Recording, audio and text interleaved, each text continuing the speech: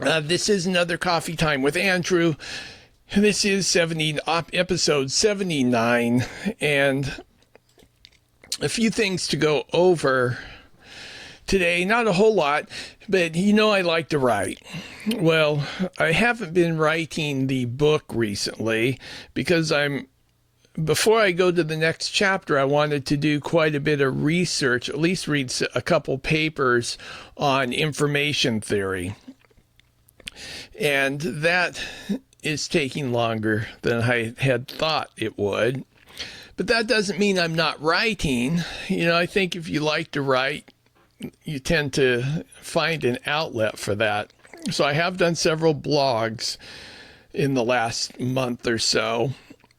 And the other thing that I find somewhat unusual is that I have started writing rhymes, and not just any old rhymes.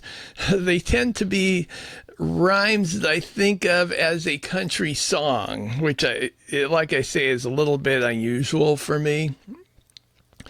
I was watching Facebook put up a country song in my stream, and I watched it, and I watched another one and another one.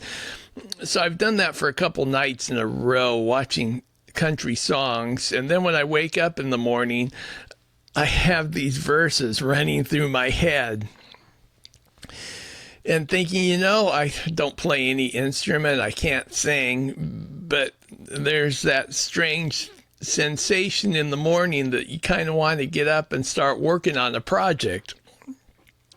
So I have been getting up and writing, but that's not the most interesting thing about it. I've also been doing research on ADHD and how people with that issue have a problem holding information in their working memory. I have found that from the time I wake up and have these great thoughts, before I get up, I make coffee. Well, there's a lot of intervening behaviors and steps and classifications of behavior other than writing that go in between the actual creation and the actual writing. And within that time, I often forget. So it makes me think that working memory is probably not an all or nothing proposition. And it's more on a spectrum of, some people have better working memories, some people have not so good working memories. But the question is, can we improve it? And there are certain things, like today I got up, I wrote. I pretty much only held a couple ideas, a couple phrases in memory, and then I got up, wrote about them, changed some phrases I worked on yesterday. But not only being the behavior, the agent, but being the observer can also provide insight into behavior. And I've realized that's one of the skills I have, is I often observe my own behavior. And one of the good things about that is that the ability to observe your own behavior allows you then to teach other people about what you have learned. And very useful if you're teaching a psychomotor skill, to be able to understand why you do it better than other people. And then you can teach them.